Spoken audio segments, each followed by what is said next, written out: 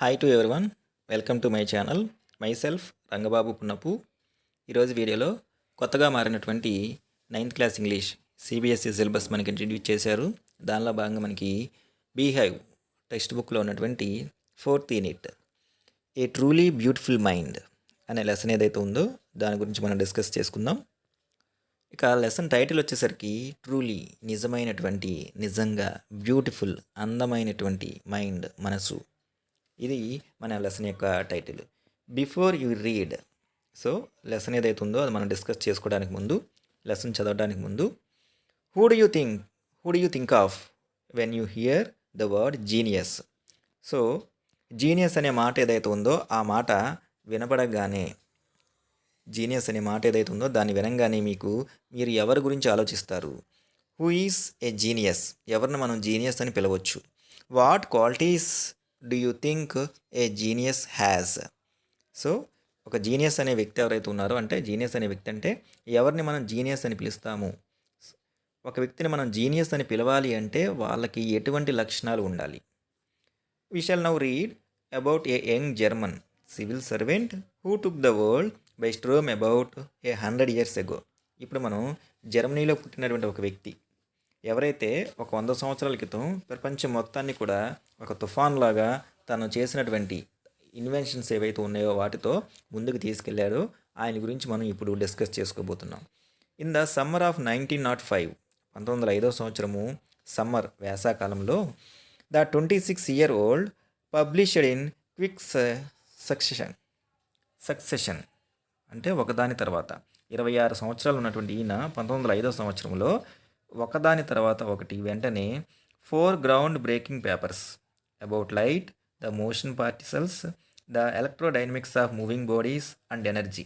4 విషయాలు ఆయన కొత్తగా కనిపెట్టినటువంటి 4 విషయాలు ఒకదాని తర్వాత ఒకటి వెంటనే క్విక్ సక్సెషన్, ఒకదాని తర్వాత ఒకటి వాటిని ప్రచురించడం జరిగింది. అవి ఏంటంటే మనకి ఇక్కడ చెప్తున్నారు.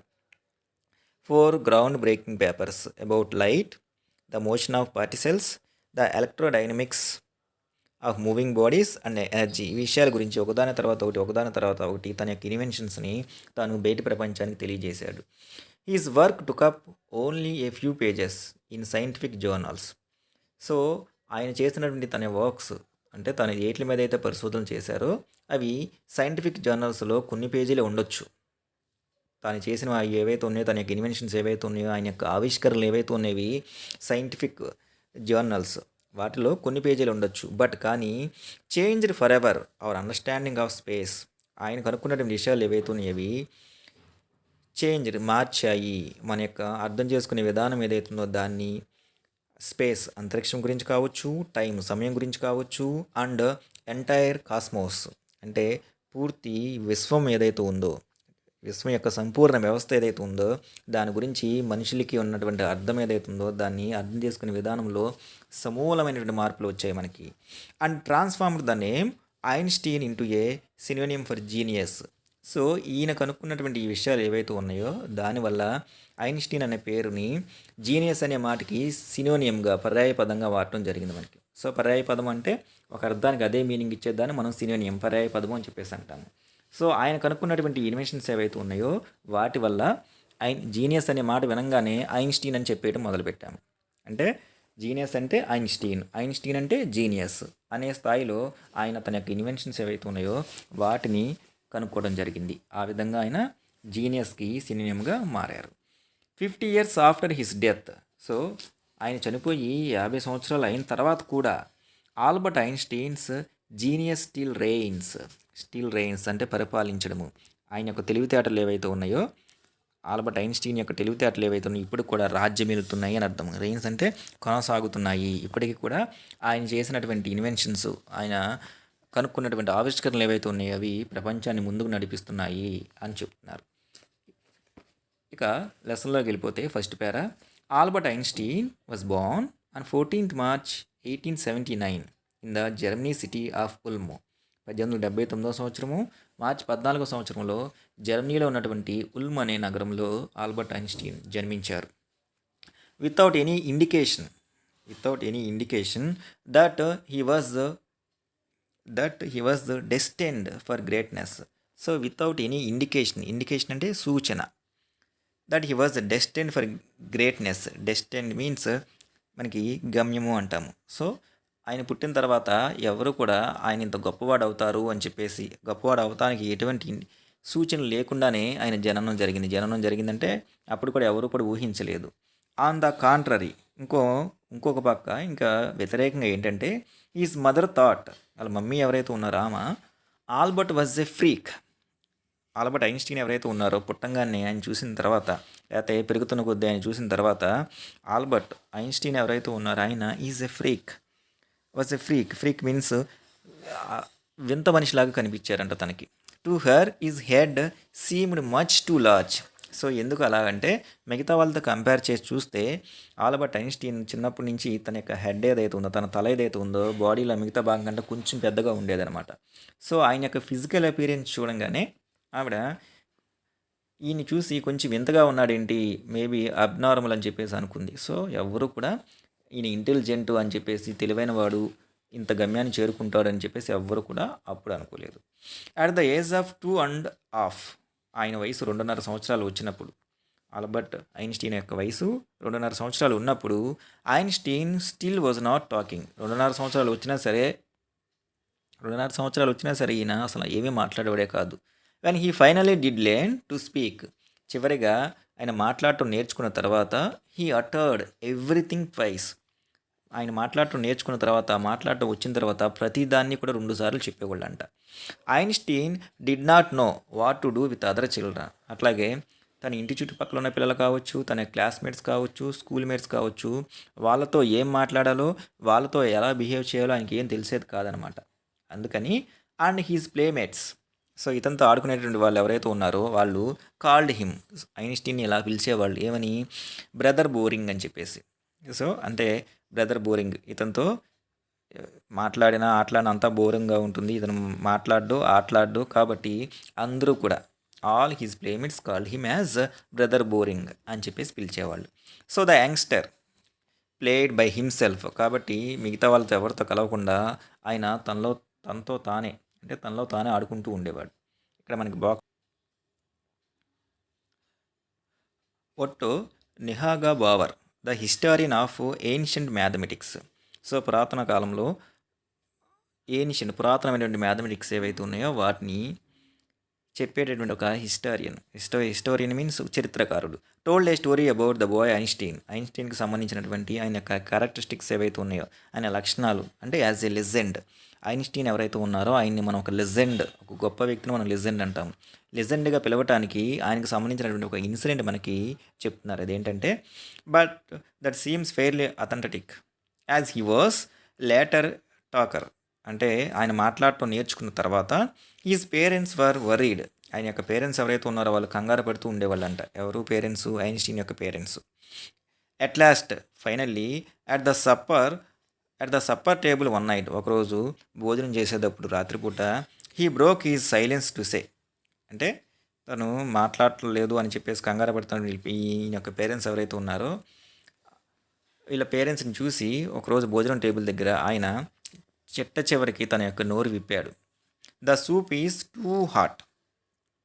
ఇప్పుడు మనం భోజనం దగ్గర తాగడానికి ఇక్కడ సిద్ధంగా ఉన్నటువంటి ఈ సూప్ ఏదైతే ఉందో అది చాలా వేడిగా ఉంది అని చెప్పేసి తను అనగానే greatly relieved his parents. So అప్పటి వరకు ఐన్స్టీన్ మాట్లాడటం విననటువంటి తన యొక్క పేరెంట్స్ ఎవరైతే ఉన్నారో వాళ్ళు అమ్మయ్య అని చెప్పేసి ఈయన మాట్లాడగలడు అని చెప్పేసి మనసులో అనుకున్నారనమాట. అనుకొని తర్వాత ఆస్క్డ్ వై ఈ had never said A word before. ఇప్పటి వరకు అసలు నువ్వు ఎందుకు నీ నోరు విప్పి ఒక్క మాట కూడా చెప్పలేదు అని చెప్పేసి అంటే, ఆల్బర్ట్ రిప్లైడ్, దానికి ఆయన చెప్పిన సమాధానం ఏంటంటే, because up to now everything was in order. ఇప్పటి వరకు అన్నీ కూడా మన ఇంట్లో ఉన్నటువంటి అన్ని విషయాలు, అన్ని పనులు కూడా ఒక ఆర్డర్ ప్రకారం క్రమం తప్పకుండా జరుగుతూ ఉన్నాయి. అన్నీ కూడా చక్కగా ఒక ఆర్డర్ ప్రకారం జరుగుతున్నాయి. సో నేను ఇంకా మాట్లాడాల్సినటువంటి అవసరం ఏంటి అని చెప్పి ఆయన సమాధానం తెలివిగా చెప్పాడనమాట. దీన్ని బట్టి ఐన్స్టీన్ ఒక లెజెండ్ అని మనం చెప్పొచ్చు అని ఈయన ఒక చరిత్రకారుడు ఈయన మనకు చెప్తున్నారు. Played by himself much of the time. ఎక్కువ సమయం మొత్తాన్ని ఆయన ఒక్కడే ఆడుకుంటూ ఉండేవాడు. He especially loved mechanical toys. So mechanical toys ఏవైతే ఉన్నాయో వాటిని బాగా ఇష్టపడుతూ ఉండేవాడు. Looking at his new born sister Maja, he said to have said fine but where are her wheels.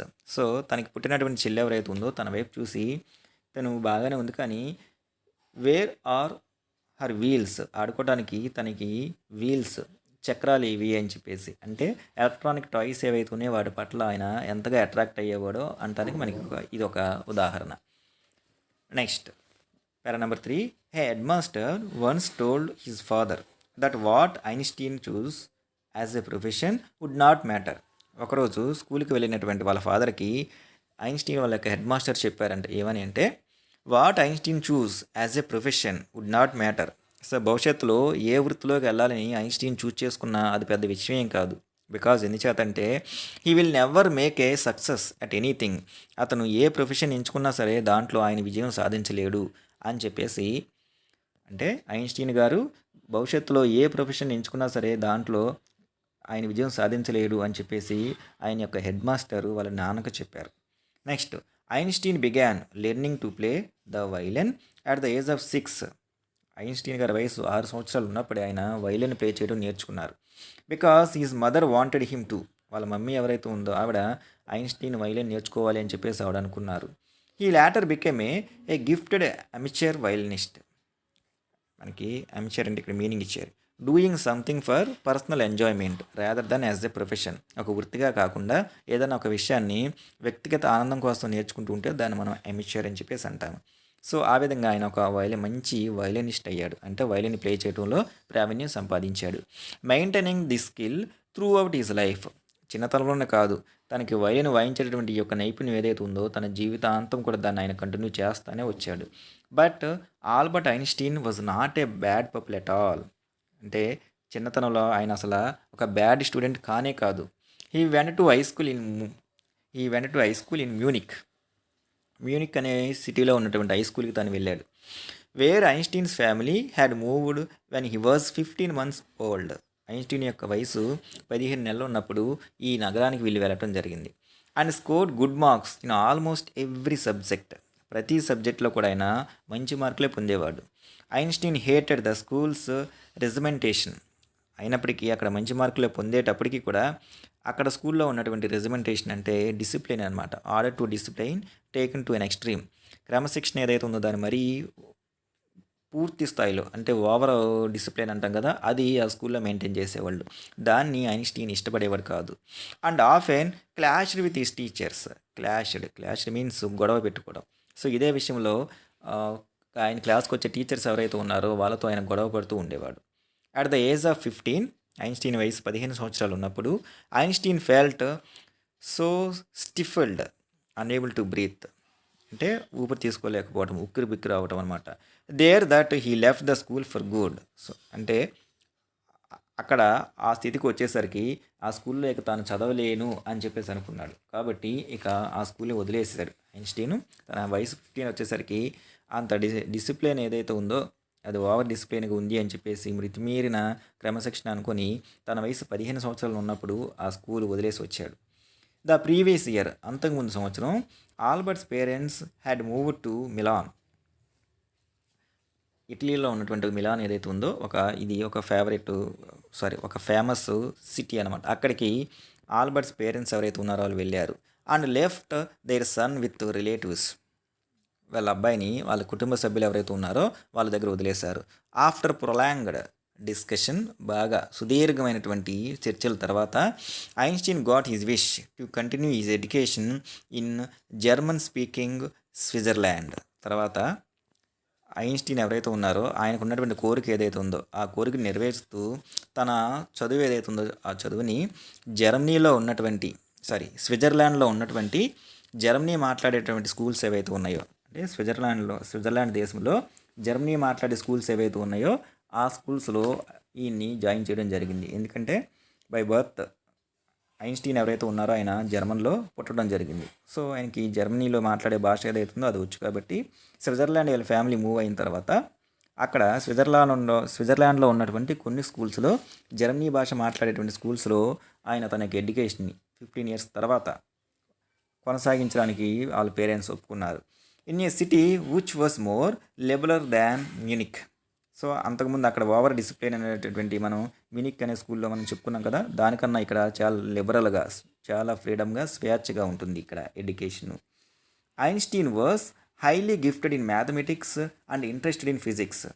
అట్లాగే ఈయనకి మ్యాథ్స్ అన్న, ఫిజిక్స్, భౌతిక శాస్త్రం అన్న చాలా ఎక్కువ ఆసక్తిని చూపిస్తూ ఉండేవాడు.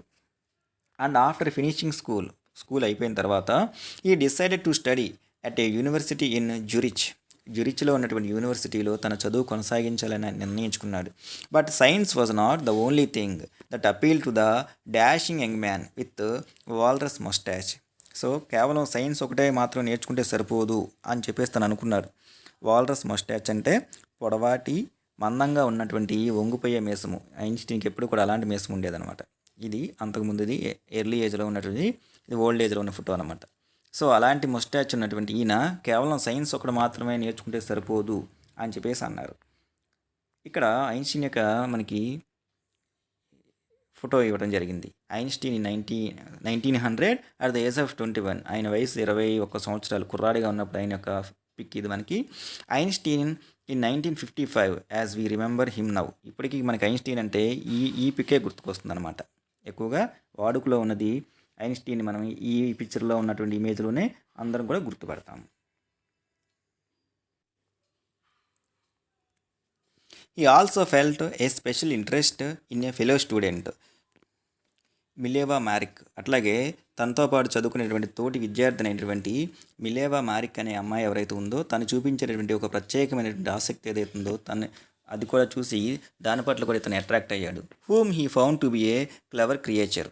అతను ఏమనుకున్నాడంటే తను కూడా ఇతనిలాగే ఒక తెలివైనటువంటి ఒక ప్రాణి అని చెప్పేసి. This young Serb had come to Switzerland because the university in Zurich was one of the few in Europe where women could get degrees. This young Serb అంటే belongs to or came from Serbia అనే ప్రాంతం నుంచి వచ్చిన వాళ్ళు ఎవరైతే ఉన్నారో వాళ్ళు మనం సెర్బ్ అంటాం అనమాట. సో అక్కడి నుంచి స్విట్జర్లాండ్లో ఉన్నటువంటి ఈ యూనివర్సిటీ, ఏది జ్యూరిచ్ అనే యూనివర్సిటీలో చదువుకోవడానికి వచ్చింది. ఎందుకంటే యూరప్ ఖండంలో ఆ రోజుల్లో ఉమెన్, ఆడవాళ్ళు ఎవరైతే ఉన్నారో వాళ్ళు డిగ్రీస్ కంప్లీట్ చేస్తున్నటువంటి ఫేమస్ యూనివర్సిటీల్లో ఈ యొక్క జ్యూరిచ్ అనే యూనివర్సిటీ కూడా, ఇది కూడా ఒక ఫేమస్ యూనివర్సిటీ అనమాట. కాబట్టి తను సెర్బియా నుంచి వచ్చి ఇక్కడ తాను డిగ్రీ కంప్లీట్ చేయడానికి ఎడ్యుకేషన్ కొనసాగిస్తూ ఉంది. Einstein saw her in an ally means friend. తనలో ఐన్స్టీన్ ఒక మంచి ఫ్రెండ్ని చూసుకున్నాడు. అగైనెస్ట్ ద ఫిలిస్టైన్, మనకి ఇక్కడ మీనింగ్ ఇచ్చారు. Philistines means a word used disapprovingly to talk about people who do not like art, literature or music. ఒక పదం దేన్నైతే మనం disapprovingly to talk about who do not like art, literature or music, కళలు, literature, సాహిత్యము, సంగీతము గురించి మాట్లాడడానికి ఇష్టపడిన వాళ్ళ గురించి మెన్షన్ చేసేటువంటి వాడు అనమాట. Those people in his family and at the university with whom he was constantly at ఆర్డ్స్. So ఇలాంటి వాళ్ళు ఎవరైతే ఉన్నారో వాళ్ళు ఐన్స్టీన్ యొక్క ఫ్యామిలీలో ఉన్నారు, అట్లాగే యూనివర్సిటీలో కూడా ఉన్నారు. సో వీళ్ళతో ఈయన హీ వాజ్ కాన్స్టాంట్లీ, నిలకడగా, అట్ ఆర్డ్స్ మీన్స్ కాన్ఫ్లిక్ట్, వాళ్ళతో ఎప్పుడూ గొడవలు పడుతూ ఉండేవాడు అనమాట. అలాంటి వాళ్ళతో కంపేర్ చేస్తే ఇక్కడికి వచ్చినటువంటి తిని ఎవరైతే ఉందో తినలో తనకి ఒక మంచి ఫ్రెండ్ కనపడింది. The couple fell in love. కాబట్టి కొద్ది రోజుల్లోనే వీళ్ళిద్దరూ కూడా ప్రేమలో పడ్డారు. Letter survive in which they put their affection into words. ఆ తర్వాత ఇద్దరి మధ్య ఉత్తరాలు రాసుకోవడం మొదలైంది. ఆ యొక్క లెటర్స్ ఏవైతే ఉన్నాయి వాటిలో వాళ్ళ యొక్క ఎఫెక్షన్, వాళ్ళిద్దరి మధ్య ఉన్నటువంటి ఆప్యాయతని మాటల రూపంలో రాసుకోవడం మొదలుపెట్టారు. మిక్సింగ్ సైన్స్ విత్ టెండర్నెస్ అంటే సున్నితత్వం అనమాట. సో ఈ మాటల మధ్యలో సైన్స్ని కూడా వీళ్ళు మిక్స్ చేస్తూ లెటర్స్ రాసుకుంటూ ఉండేవాళ్ళు. Wrote Einstein, how happy and proud I shall be when we both have brought our work and relativity to a victorious conclusion. So ఒకసారి ఆయన లెటర్లో రాశాడు ఏమని అంటే, మేము how happy and proud, so ఎంత సంతోషంగా ఉందో, ఎంత గర్వంగా ఉందో, I shall be when we both have brought our work, మీ ఇద్దరం కలిసి మా యొక్క పనితనం ఏదైతే ఉందో, దేని మీద రిలేటివిటీ ఏదైతే ఉందో దాని మీద విక్టోరియస్, ఒక విజయవంతమైనటువంటి కన్క్లూజన్, ముగింపుకు వచ్చాము అని చెప్పేసి ఒకసారి ఆయన ఒక లెటర్లో రాయటం జరిగింది. In 1900 at the age of 21 Albert Einstein was a university graduate and unemployed. So 1900 సంవత్సరంలో అతని వయసు 21 సంవత్సరం వచ్చేసరికి ఆయన ఈ యొక్క జూరిచ్ యూనివర్సిటీ నుంచి గ్రాడ్యుయేషన్ కంప్లీట్ చేశాడు. గ్రాడ్యుయేట్ కంప్లీట్ అయ్యింది. అన్ఎంప్లాయిడ్, ఆయనకి ఉద్యోగం లేదు. He worked as a teaching assistant, కొన్నాళ్ళ పాటు టీచింగ్ అసిస్టెంట్గా పనిచేశాడు. Gave private lessons and finally secured A job in 1902. So private lessons చెప్పేవారు. అట్లాగే 1902 సంవత్సరంలో ఒక సెక్యూర్ జాబ్, ఒక ఉద్యోగాన్ని సంపాదించుకున్నారు. ఏంటంటే యాజ్ ఏ టెక్నికల్ ఎక్స్పర్ట్, ఒక సాంకేతిక నిపుణుడిగా. In the patent office in Bern నగరంలో. బెర్న్ అనేది it is a name of a city, ఒక ఫేమస్ నగరం అనమాట. పేటెంట్ ఆఫీస్, పేటెంట్ అంటే మీనింగ్ ఇచ్చారు. A document which gives the rights of an invention to an inventor. ఎవరైతే ఒక వ్యక్తి తాను కనుక్కున్నటువంటి వస్తువు ఏదైతే ఉందో, ఆవిష్కరణ ఏదైతే ఉందో, దానికి సంబంధించినటువంటి డాక్యుమెంట్ ఏదైతే ఉందో దాన్ని పేటెంట్ హక్స్ అంటాం, పేటెంట్ రైట్స్ అంటాం అనమాట. సో అలాంటి కంపెనీలో టెక్నికల్ ఎక్స్పర్ట్గా ఆయన ఉద్యోగం సంపాదించాడు. While he was supposed to be assessing the other people's inventions. So ఈ యొక్క పేటెంట్ కంపెనీలో తాను పనిచేసేటప్పుడు వేరే వాళ్ళకి సంబంధించినటువంటి ఇన్వెన్షన్స్, ఆవిష్కరణలు ఏవైతే ఉన్నాయో వాటిని అసెస్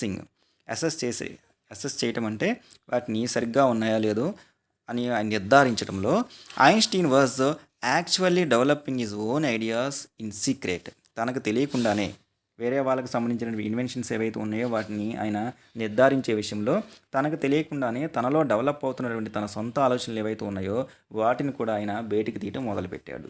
ఈ said to have జోకింగ్లీ called is desk drawer at work the bureau of theoretical physics.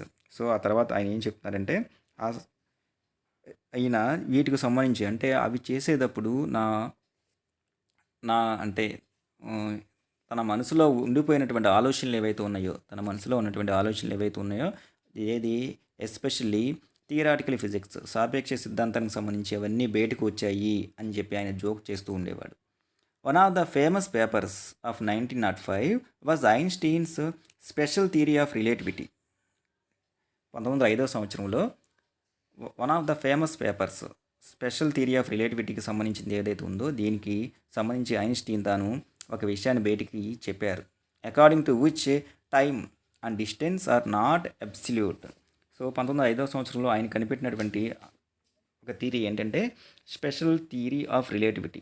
దీంట్లో ఆయన చెప్పేది ఏంటంటే సమయము అట్లాగే దూరము, డిస్టెన్స్, టైం అండ్ డిస్టెన్స్ ఎప్పుడూ కూడా ఒకేలా ఉండవు అని చెప్పేసి ఒక థియరీని, దాన్నే మనం స్పెషల్ థియరీ ఆఫ్ రిలేటివిటీ అని చెప్పేసి అంటాము.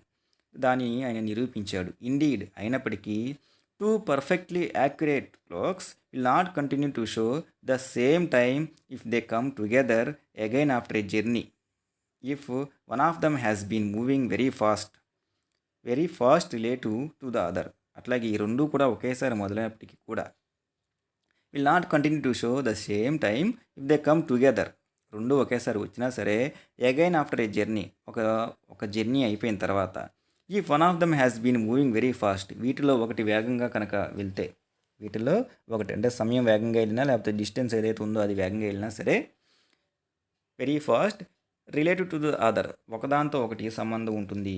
అట్లాగే సమయం మరియు దూరం ఎప్పుడూ కూడా ఈ రెండు ఎప్పటికీ ఒకేలా ఉండవు అని చెప్పేసి చెప్పేదే స్పెషల్ థియరీ ఆఫ్ రిలేటివిటీ. దాన్ని ఆయన 1905 సంవత్సరంలో కనుక్కొని బయట ప్రపంచానికి ఆయన పరిచయం చేయడం జరిగింది.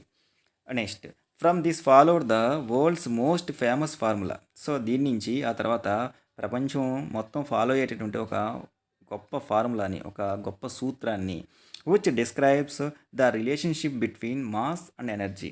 సో దాని నుంచే ఆయన కనుక్కున్నటువంటి ఫార్ములా దగ్గర నుంచే మనకి రిలేషన్షిప్ అంటే సంబంధము, దేనికి, between mass and energy. Mass అంటే ద్రవ్యరాశి, ద్రవ్యరాశి, ఎనర్జీ అంటే శక్తి. శక్తికి ద్రవ్యరాశికి మధ్య ఉన్నటువంటి సంబంధాన్ని కనుక్కోవడానికి కావాల్సినటువంటిది ఈ యొక్క సాపేక్ష సిద్ధాంతం ఏదైతే ఉందో దాన్ని 1905లో ఆయన కనిపెట్టినటువంటి స్పెషల్ థియరీ ఆఫ్ రిలేటివిటీ ద్వారా ప్రపంచం మొత్తానికి పరిచయం చేశాడు. అట్లాగే దానికి సంబంధించి ఆయన కనిపెట్టినటువంటి ఒక సూత్రము, మనం ఇప్పుడు చెప్పుకున్న ఫార్ములా, అది వచ్చేసరికి E=mc². దీంట్లో మనకి ఏం చెప్తున్నారంటే in this mathematical equation. So ఈయన కనుక్కున్నటువంటి ఈ మ్యాథమెటికల్ గణితపరమైనటువంటి ఈక్వేషన్లో ఈ స్టాండ్స్ ఫర్ ఎనర్జీ. ఇక్కడ ఈ ఏదైతే ఉందో అది ఎనర్జీ, శక్తిని తెలియజేస్తుంది. ఎం ఫర్ మాస్, ఎం ఏదైతే ఉందో అది ద్రవ్యరాశిని తెలియజేస్తుంది. And C for the speed, ఇక సి ఏదైతే ఉందో అది స్పీడ్, వేగాన్ని తెలియజేస్తుంది. ఇది C for the speed of the light in a vacuum about 3,00,000 km/s, దాన్ని తెలియజేస్తుంది అనమాట. సో ఒక మాటలో చెప్పాలంటే దీని మొత్తాన్ని ఒక చిన్న విషయంగా చెప్తే మనకి ఇక్కడ బాక్స్లో చెప్తున్నారు. When you SIT with a nice girl for 2 hours, ఒక మంచి అందమైన అమ్మాయితో నువ్వు కనుక ఒక 2 గంటలు కూర్చుంటే ఇట్ సీమ్స్ లైక్ 2 minutes, అది నీకు 2 నిమిషాలతో సమానం. 2 గంటలు కూర్చున్నా సమయం తెలియదు, నీకు 2 నిమిషాలతో సమానం. When you SIT on a hot stove for 2 minutes, బాగా వేడిగా ఉన్నటువంటి స్టవ్ మీద కూర్చుంటే 2 నిమిషాల పాటు ఇట్ సీమ్స్ లైక్ 2 hours, అది నీకు 2 గంటల లాంటిది. దట్స్ రిలేటివిటీ, అదే రిలేటివిటీ అని చెప్పేసి ఆల్బర్ట్ ఐన్స్టీన్ చెప్పడం జరిగింది. సో ఈయన కనుక్కున్నటువంటి ఈ E=mc² ఏదైతే ఉందో ఇది ఆ తర్వాత ప్రపంచంలో చాలా ఆవిష్కరణలకి, ఎన్నో విషయాలు కనుక్కోవడానికి చాలా వాటికి ఇది దోహదం చేసిందనమాట. While Einstein was solving the most difficult problems in physics, భౌతిక శాస్త్రంలో ఉన్నటువంటి చాలా కష్టమైనటువంటి సమస్యలు ఏవైతే ఉన్నాయో వాటిని సాల్వ్ చేస్తున్నప్పటికీ is private life was unravelling. So ఆయన యొక్క ప్రైవేట్ లైఫ్ ఏదైతే ఉందో అంటే వ్యక్తిగత జీవితం ఏదైతే ఉందో అది unravelling means starting to fail, అంటే అది పతనం అవటం ప్రారంభమైంది. Albert had wanted to marry Mileva Maric, మన కాలేజీలో తనకు పరిచయం అయింది, తను ప్రేమించారు అని చెప్పేసి మనం ఎవరైతే చెప్పుకున్నామో తనని మ్యారేజ్ చేసుకోవాలని చెప్పేసి అనుకున్నాడు. Right after finishing the studies, తన యొక్క చదువు ఏదైతే ఉందో ఆ చదువు అయిపోయిన తర్వాత. But his mother was against it, కానీ ఆయనకు వచ్చినటువంటి ఆలోచన ఏదైతే ఉందో దానికి వాళ్ళ మమ్మీ ఒప్పుకోలేదు. షీ థాట్ మిలేవా, తన దృష్టిలో అంటే వాళ్ళ మమ్మీ దృష్టిలో ఈ మిలేవా అనేటువంటి అమ్మాయి ఎవరైతే ఉందో who was 3 years older than her son, వాళ్ళ అబ్బాయి కంటే ఆవిడ, ఈ మిలేవా మారిక్ అనే ఆవిడ ఐన్స్టీన్ ప్రేమించినటువంటి ఈ అమ్మాయి వాళ్ళ అబ్బాయి కంటే 3 సంవత్సరాలు పెద్ద. Was too old for him, కాబట్టి అతనికంటే చాలా పెద్దది. She was also bothered by Mileva's intelligence, అట్లాగే ఆ అమ్మాయికి ఉన్నటువంటి తెలివితేటలు, ఇక్కడ ఇంటెలిజెన్స్ అంటే నాలెడ్జ్ అండ్ స్కిల్స్ ఏవైతే ఉన్నాయవి మా అబ్బాయికి సరితూగేదాన్ని తెలివితేటలు లేనటువంటి అమ్మాయి అని చెప్పేసి అనుకుంది. She is a book like you, అందుకని ఆ విషయం వాళ్ళ మమ్మీతో చెప్పినప్పుడు వాళ్ళ మమ్మీ ఇతనితో ఇలా అంటుంది ఏంటంటే she is a book like you, ఆ అమ్మాయి నీకు ఒక పుస్తకం లాంటిది. ఈజ్ మదర్ సాడ్, ఐన్స్టీన్ అంటే పుస్తకం కాదు కాబట్టి దాన్ని చదివి వదిలేయాలి కానీ అది నీతో పెట్టుకోకూడదు అని దాని అర్థం అనమాట. కాబట్టి మిలేవా నీకు ఒక పుస్తకం లాంటిది కాబట్టి చదువు వదిలేయాలి కానీ నీతో జీవితాంతం అట్టు పెట్టుకోకూడదు అని చెప్పేసరికి Einstein put the wedding of.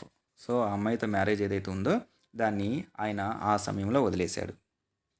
కానీ the pair finally married in January 1903, కానీ ఈ జంట 1903 సంవత్సరము జనవరి నెలలో వీళ్ళిద్దరూ అట్ లాస్ట్ ఆల్బర్ట్ ఐన్స్టీన్, మిలేవా మారిక్ వీళ్ళిద్దరూ మ్యారేజ్ చేసుకోవడం జరిగింది. But a few years later, కొన్ని సంవత్సరాల తర్వాత ద మ్యారేజ్ ఫాల్టర్డ్ మీన్స్ వాళ్ళ యొక్క వివాహ జీవితం ఏదైతే ఉందో అది బలహీనమైపోయింది. Mileva meanwhile was losing her intellectual ambition and becoming an unhappy housewife. So తనకున్నటువంటి ఇంటెలెక్చువల్ మేధోపరమైనటువంటి అంబిషన్, లక్ష్యం ఏదైతే ఉందో దాన్ని తను మర్చిపోయింది. అంటే మ్యారేజ్కి ముందు ఇతనితో దానికి సంబంధించినటువంటి ఫిజిక్స్కి సంబంధించిన అన్ని ప్రయోగాల్లో తను పాల్గొనేది. మరి కానీ మ్యారేజ్ అయిన తర్వాత ఇతని యొక్క అంబిషన్, గోల్ ఏదైతే ఉందో దాని గురించి దాని పట్ల తన ఆసక్తి కోల్పోయింది. ఎందుకు? షీ బికేమ్ హౌస్ వైఫ్, తను గృహిణి అవ్వటం వల్ల. After years of constant fighting, కొన్ని సంవత్సరాల పాటు వీళ్ళిద్దరూ పోట్లాట్లు కొట్టుకోటాలు అయిపోయిన తర్వాత the couple finally divorced in 1919, 1919 సంవత్సరంలో ఈ జంట ఐన్స్టీన్, మిలేవా మారిక్ వీళ్ళిద్దరూ కూడా విడాకులు తీసుకున్నారు. Einstein married his cousin Elsa, Einstein married his cousin Elsa the same year, అదే సంవత్సరంలో తన కజిన్ అయినటువంటి ఎల్సా అని ఎవరైతే ఉందో ఆ అమ్మాయిని తాను మ్యారేజ్ చేసుకోవడం జరిగింది. సేమ్ ఇయర్ అంటే 1919లో తను తన భార్యకి విడాకులు ఇచ్చి తన కజిన్ని మ్యారేజ్ చేసుకున్నాడు. Einstein's new personal chapter coincided with his rise to world fame in, అట్లాగే ఆయన యొక్క పర్సనల్ చాప్టర్ అంటే rise to world fame, world fame, fame అంటే ప్రపంచ ప్రసిద్ధిగాంచడము, పేరుగాంచడము. ఆయన యొక్క వ్యక్తిగత జీవితం ఏదైతే ఉందో అది దానికి కోయిన్సైడ్ అవుతూ ఉంది. అంటే వ్యక్తిగతంగా తనేమో కిందకి దిగుతూ ఉంటే కానీ మిగతా పరంగా అతనేమో పైకి వెళ్తూ ఉన్నాడు. ఇన్ 1915 సంవత్సరంలో ఈ had published is general theory of relativity. 1915 సంవత్సరంలో ఇంకో కొత్త విషయాన్ని కనుక్కొని జనరల్ థియరీ ఆఫ్ రిలేటివిటీ అనే విషయం ఏదైతే ఉందో దాన్ని పబ్లిష్ చేశాడు. Which provided a new interpretation of gravity. ఈయన పబ్లిష్ చేసినటువంటి అంటే ఈయన కనుక్కున్నటువంటి ఈ జనరల్ థియరీ ఆఫ్ రిలేటివిటీ ఏదైతే ఉందో దీనివల్ల అందరికీ కూడా గ్రావిటీ అంటే గురుత్వాకర్షణ అంటాము. గురుత్వాకర్షణ ఏదైతే ఉందో దానికి సంబంధించి ఒక కొత్త ఇంటర్ప్రిటేషన్, ఒక అవగాహన వచ్చింది. యాన్ ఎక్లిప్స్ అంటే గ్రహణము. An eclipse of the sun in 1919 brought proof that it was accurate. అట్లాగే ఆయన పబ్లిష్ చేసినటువంటి అదే సంవత్సరంలో 1919 అదే సంవత్సరంలో ఆయన కొత్తగా మ్యారేజ్ చేసుకోవడం జరిగింది. అదే సంవత్సరంలో ఆయన వరల్డ్ ఫేమస్ అవ్వడం కూడా జరిగిందనమాట.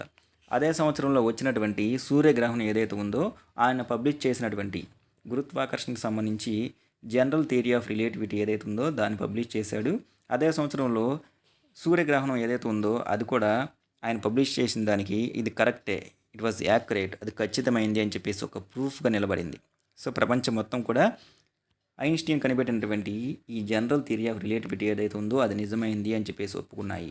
Einstein had correctly calculated in advance the extent to which the light from fixed stars would be deflected through the sun's gravitational field. అట్లాగే ఆయన ఖచ్చితంగా క్యాలిక్యులేట్ చేశారు, అంటే లెక్కించారు ఇన్ అడ్వాన్స్ ముందుగానే. The extent to which the light కాంతి from fixed stars ఒక నిర్ణీత మార్గంలో వుడ్ బీ డిఫ్లెక్టెడ్ అంటే మార్గము అని చెప్పేసి. అంటే ఇక్కడ మనకి change direction because it hit something, అంటే కాంతి రుజుమార్గంలో ప్రయాణించేటప్పుడు ఏదైనా అడ్డు తగిలితే అని మనం చెప్పుకుంటాం అదనమాట. Through the sun's gravitational field, సూర్యుని యొక్క గురుత్వాకర్షణ ఏదైతే ఉందో ఆ మార్గంలో. ద న్యూస్ పేపర్స్ ప్రొక్లైమ్డ్, ఆ తర్వాత ఆయన కనిపెట్టినటువంటి ఈ విషయం ఏదైతే ఉందో దీని గురించి న్యూస్ పేపర్స్ ఏవైతే ఉన్నాయో అవి ప్రొక్లైమ్డ్ అంటే అనౌన్సర్ పబ్లిక్లీ, బహిరంగ ప్రకటించడము. ఏమని? Is work as a scientific revolution.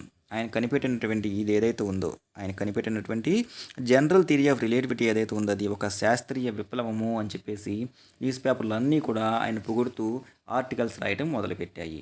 Einstein received the Nobel prize for physics in 1921. So ఆయన కనిపెట్టినటువంటి ఆవిష్కరణలు ఏవైతే ఉన్నాయో వాటికి గాను 1921 సంవత్సరంలో ఐన్స్టీన్కి నోబెల్ ప్రైజ్ ఇవ్వటం జరిగింది. ఈ వాజ్ షవర్ అంటే వర్షము with honours and invitations from all over the world. ఆయన చేసినటువంటి ఆవిష్కరణలు, ఆలోచనలు ఏవైతే ఉన్నాయో వాటికి ప్రపంచం మొత్తం దేశాలు కూడా పురస్కారాలతోనూ ఆహ్వానాలతోనూ ఆయనకి వర్షాలు కురిపించే, పూల వర్షాలు అంటాం కదా అట్లా అనమాట. పురస్కారాల వెల్లువ అట్లాగే ఆహ్వానాలు రావటం జరిగింది. And lauded by the press. And lauded lauded means పొగడటం, అప్రిసియేషన్. అంటే ప్రింట్ మీడియా, న్యూస్ పేపర్స్ ఏవైతే ఉన్నాయో అవన్నీ కూడా ఐన్స్టీన్ని పొగడటం ప్రారంభించాయి, గొప్ప సైంటిస్టు అని చెప్పేసి. When the Nazis came to power in Germany in 1933. 1933 సంవత్సరంలో జర్మనీలో నాజీ అనేది ఒక పార్టీ పేరు అనమాట. వాళ్ళు అధికారంలోకి రాగానే Einstein immigrated to the United States. Immigrated అంటే వలస వెళ్ళిపోవటము. నాజీలు ఎవరైతే ఉన్నారో వాళ్ళు బలవంతంగా అధికారం లాక్కొని ఇబ్బంది పెడుతున్నారనే విషయం తెలిసిన తర్వాత ఆయన జర్మనీ నుంచి అమెరికాకి తరలి వెళ్ళారు. 5 years later, 5 సంవత్సరాల తర్వాత the discovery of nuclear fission, discovery కనుక్కోవటము. 5 సంవత్సరాల తర్వాత ఆయన అణువిచ్ఛతి అని చెప్పేసి అంటాం మనం. న్యూక్లియర్ ఫిషన్ దాన్ని కనుక్కున్నాడంటే ఒక మాటలో చెప్పాలంటే అణుబాంబు అనమాట. In Berlin had American physicist is an uproar. So అమెరికాలో ఉన్నటువంటి భౌతిక శాస్త్రవేత్తలు ఎవరైతే ఉన్నారో వాళ్ళు అప్రోర్ అంటే ముందంజలో ఉన్నారు. Many of them had ఫ్లెడ్ from fascism. అందరూ కూడా బెర్లిన్లో ఉన్న వాళ్ళు ఎవరైతే ఉన్నారో, అమెరికన్ వాళ్ళందరూ కూడా ఎవరైతే ఉన్నారో, ఈ నాజీలు ఎవరైతే ఉన్నారో వాళ్ళు ఫ్యాసిజం అంటే అదొక మతం అనమాట. సో వాళ్ళ వల్ల ఫ్యాసిస్టులు అని చెప్పేసి అంటాము. వాళ్ళ వల్ల అందరూ కూడా దేశాన్ని వదిలేసి వెళ్ళిపోతూ ఉన్నారు.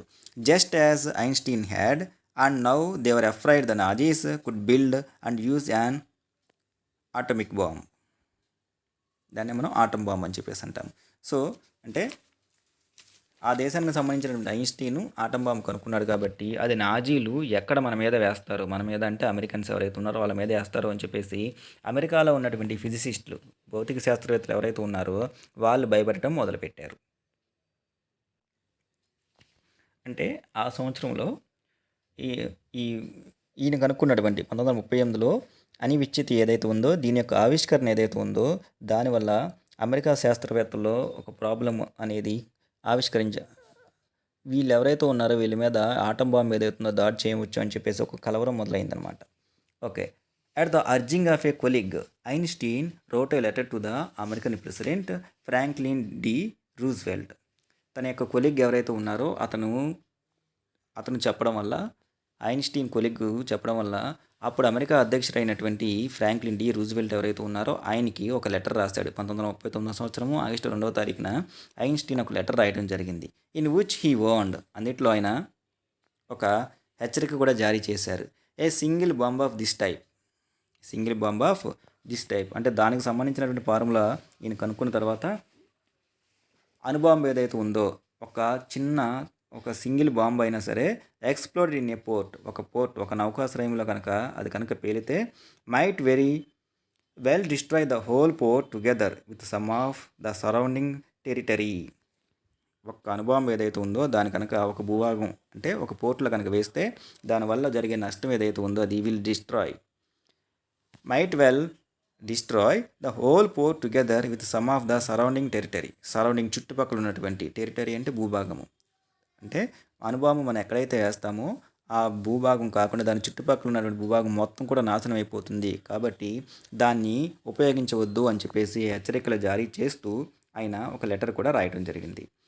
Is words did not fail to have an effect. కానీ ఆయన రాసినటువంటి మాటలు ఏవైతే ఉన్నాయో వాటిని ఎవరు కూడా పెద్దగా పట్టించుకోలే. Did not fail to have an effect. ఆయన ఉత్తరంలో రాసిన విషయం అయితే కరెక్టే, దాని యొక్క ప్రభావం ఎంత ఉంటుంది అని చెప్పింది ఏదైతే ఉందో అదైతే కరెక్టే, దాంట్లో మాత్రం ఎటువంటి తప్పు లేదు. The Americans developed the atomic bomb in a secret project. ఆ తర్వాత అమెరికన్స్ ఎవరైతే ఉన్నారో ఆల్రెడీ వాళ్ళకు సంబంధించినటువంటి ఫిజిసిస్టులు ఎవరైతే ఉన్నారో వాళ్ళు ఆల్రెడీ కలకలం సృష్టించారు, వాళ్ళే ఇబ్బంది పడుతున్నారు మనం తెలుసుకున్నాం కదా. వాళ్ళు ఇప్పుడు సీక్రెట్గా ఒక ప్రాజెక్ట్, ఆ ప్రాజెక్ట్లో భాగంగా ఆటం బాంబు ఏదైతే ఉందో దాన్ని తయారు చేయడం మొదలుపెట్టారు. ఆఫ్ దేర్ ఓన్, వాళ్ళ సొంతంగా. And dropped it on the Japanese cities of Hiroshima and Nagasaki in August 1945. దానిలో భాగంగా అమెరికా యుద్ధంలో పాల్గొన్నప్పుడు during the second world war, రెండవ ప్రపంచ యుద్ధ సమయంలో వాళ్ళు సొంతంగా ఒక అణుబాంబును తయారు చేసి ఆగస్టు 6, ఆగస్టు 9 తారీఖుల్లో జపాన్లో ఉన్నటువంటి హిరోషిమా, నాగసాకి అనే 2 ప్రాంతాల మీద ఈ యొక్క అణుబాంబుని ఆగస్టు 1945, 6, 9 తారీఖులో అంటే వాటిని ప్రయోగించడం జరిగిందనమాట. దాని తర్వాత ఏం జరిగిందో ప్రపంచం మొత్తానికి తెలుసు. ఆ 2 నగరాలు కోరుకోవడానికి కొన్ని సంవత్సరాలు పట్టింది. ఆ చుట్టుపక్కల గడ్డి ఏదైతుందో మనవటానికి అనమాట. దాని యొక్క ఎఫెక్ట్ ఇంత ఉంటుంది అని ఆయన ముందే హెచ్చరించాడు. Einstein was deeply షేకెన్ by the extent of the destruction. So ఆ తర్వాత ఆ విషయం తెలిసిన తర్వాత ఐన్స్టీన్ ఆయన చాలా బాధపడ్డాడు. ఈ యొక్క అనుభవం ఏదైతే ఉందో అది కనుక్కోవడానికి ఒక విధంగా తాను కూడా ఒక కారణం, తానే కదా మెయిన్ రీజను. ఇంత డిస్ట్రక్షన్, నాశనం ఏదైతే ఉందో దాన్ని చూసి ఆయన చాలా బాధపడ్డాడు. This time he wrote a public missive to the United Nations అంటే ఐక్యరాజ్య సమితి. ఈసారి ఆయన ఏం చేశాడంటే ఐక్యరాజ్య సమితి ఏదైతుందో దానికి ఒక మిస్సివ్ అంటే మీనింగ్ ఇచ్చారు ఇక్కడ. Letter especially long and official, సుదీర్ఘమైనటువంటి అధికారికమైనటువంటి ఒక ఉత్తరాన్ని పబ్లిక్ అందరినీ ఉద్దేశిస్తూ ఆయన ఒక లెటర్ రాశాడనమాట. ఇన్ ఇట్, దాంట్లో he proposed the formation of A world government. అందుట్లో ఆయన ఏం చెప్పాడంటే అందుట్లో ఆయన కోరుకున్నాడు ఇలా ఉండాలి అని చెప్పేసి. The formation of world government అంటే ప్రపంచవ్యాప్తంగా అందరికీ ఒకటే గవర్నమెంట్ ఉండాలి అని చెప్పేసి ఆయన అందుట్లో ప్రపోజ్ చేశాడు. అన్లైక్ ద లెటర్ టు రూజ్వెల్ట్కి, అమెరికా అధ్యక్షుడైనటువంటి రూజ్వెల్ట్కి లెటర్ రాసినప్పుడు ఎవరు ఎలా అయితే స్పందించలేదో, this one made no impact. So ఈసారి ఐక్యరాజ్య సమితికి ఆయన రాసినటువంటి లెటర్ ఏదైతే ఉందో ఇది కూడా ఎటువంటి ప్రభావాన్ని చూపించలేదు. But over the next decade, కానీ ఆ తర్వాతి 10 సంవత్సరాల్లో Einstein got ever more involved in politics. నెమ్మదిగా ఆయన కూడా ఇదివరకు కంటే ఈ రాజకీయ సంబంధమైన విషయాల్లో ఆయన కూడా పాల్గొనడం మొదలుపెట్టాడు. యాజిటేటింగ్ యాజిటేటింగ్ అంటే నిరసన అనమాట. Agitating for an end to the arms buildup and using his popularity to campaign for peace and democracy. So అట్లాగే ఈ యొక్క పాలిటిక్స్లో తాను యాక్టివ్ రోల్ పోషించడం మొదలుపెట్టాడు. అండ్ ఇట్లాంటి సైనిక సంబంధమైన ఏవైతే ఉన్నాయో వాటికి ముగింపు పలకాలి అని చెప్పేసి, అట్లాగే టు బిల్డప్ నిర్మించడము, యూజింగ్ హిజ్ పాపులారిటీ తనకున్నటువంటి పేరు ప్రఖ్యాతులు ఏవైతే ఉన్నాయో వాటితో తాను క్యాంపెయిన్లు చేయటం అంటే ఒక చోటు నుండి ఇంకో చోటికి వెళ్ళి అందరికీ అర్థమయ్యేలాగా వివరించి చెప్పడం అనమాట. దాన్ని మనం క్యాంపెయిన్ అంటాం. దేనికోసము? ఫర్ పీస్ అండ్ డెమోక్రసీ, శాంతి కోసము, ప్రజాస్వామ్యం ఏదైతే ఉందో అది నెలకొల్పడం కోసం తన వంతు ప్రయత్నంగా తాను చేయటం మొదలుపెట్టాడు. When Einstein died in 1955 at the age of 76, 1955 సంవత్సరంలో ఆయన వయసు 76 సంవత్సరాలు ఉన్నప్పుడు ఆయన చనిపోవడం జరిగింది. He was celebrated as a visionary and world citizen as much as scientific genius. He was celebrated as a visionary అంటే మనకి ఇక్కడ మీనింగ్ ఇచ్చారు. ఏ పర్సన్, ఒక వ్యక్తి, who can think about the future in an original and intelligent way. ఎవరి గురించి అయితే మనము భవిష్యత్తులో ఒరిజినల్ నిజమైనటువంటి ఇంటెలిజెంట్, సో మేధోపరమైన వ్యక్తి అనుకుంటాము. అంటే భవిష్యత్తు తరాలు ఎవరైతే ఉన్నారో వాళ్ళకి ఒక లక్ష్యాన్ని చూపించే వ్యక్తి ఎవరైతే ఉన్నారో వాళ్ళని మనం విజనరీ పర్సనాలిటీస్ అంటాం అనమాట. సో ఆ విధంగా ఆయన ఒక గొప్ప విజనరీ పర్సనాలిటీగా, అట్లాగే ఒక గొప్ప వరల్డ్ సిటిజన్, కేవలం ఒక దేశానికి ఒక ప్రాంతానికి సంబంధించిన వ్యక్తి కాకుండా ప్రపంచం మొత్తానికి సంబంధించినటువంటి గొప్ప ఒక వ్యక్తిగా, as much as a scientific genius, ఇక శాస్త్రీయ పరంగా ఒక గొప్ప మేధావిగా ప్రపంచం మొత్తం కూడా ఈ రోజుకి కూడా ఆయన కీర్తిస్తూ ఉందన్నమాట. అందుకనే జీనియస్ అనే మాటకి సినోనియం ఏదైనా ఉంది అంటే అది ఐన్స్టీన్ అని ఈ రోజు కూడా ప్రపంచం మొత్తము కూడా ఆయన కీర్తిస్తూ ఉన్నారు. సో ఇది ఏ ట్రూలీ బ్యూటిఫుల్ మైండ్ అనే లెసన్ ఏదైతే ఉందో దానికి సంబంధించినటువంటి ఎక్స్ప్లెనేషన్. ఐ హోప్ మీ అందరికీ కూడా అర్థమై ఉంటుంది అనుకుంటున్నా. ఛానల్ కనుక ఎవరైనా మొదటిసారి చూస్తూ ఉంటే ఛానల్ని సబ్స్క్రైబ్ చేసుకోండి. అట్లాగే ఈ వీడియోకి సంబంధించిన లింక్ ఏదైతే ఉందో అది మీ ఫ్రెండ్స్కి షేర్ చేయండి. ఇంకొక మంచి వీడియోలో ఒక మంచి టాపిక్తో మళ్ళీ కలుద్దాం. అప్పటి వరకు take care, have a good day.